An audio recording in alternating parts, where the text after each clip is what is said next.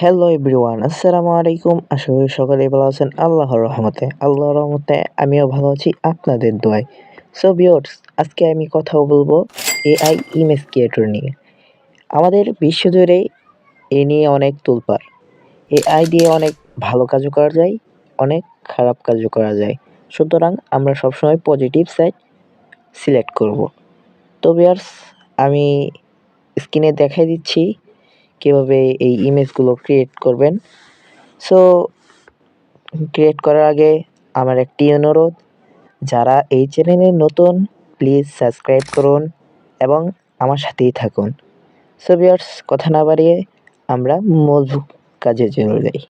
So viewers, mobile স্ক্রিনে আসার পর আমাদের মোবাইলের ক্রোম ব্রাউজারে চলে যাব। আমরা ক্রোম ব্রাউজার ক্লিক করব এবং সার্চ বারে ক্লিক করব এবং আমরা এখানে ট্রান্সলেট লিখে সার্চ করব। আমার প্রথমেই লেখা আছে, তাই আমি প্রথমেই ক্লিক করব এবং এখানে গিয়ে আমরা ভাষাটা বাংলা করে নিব এবং আমাদের বাংলা ভাষায় আমরা যা পাই তা লিখব।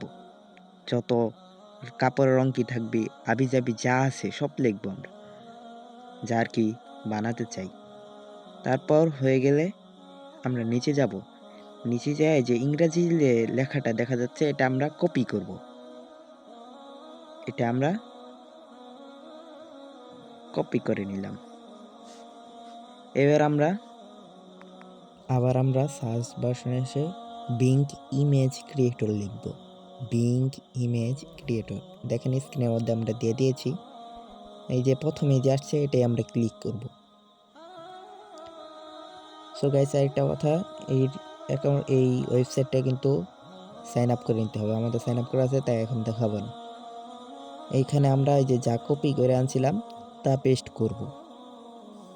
সো একটু নোটা হয়ে গেছে। এই যে আমরা এটা দিয়ে দিলাম এবং জেনারেটর ক্লিক করলাম।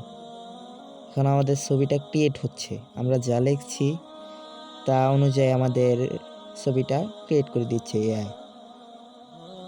সো একটু ধৈর্য ধরবেন।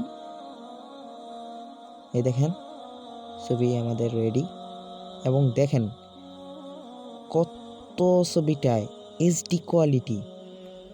দেখেন আপনারা যখন ক্রিয়েট করবেন তখনই তো বুঝতে পারবেন।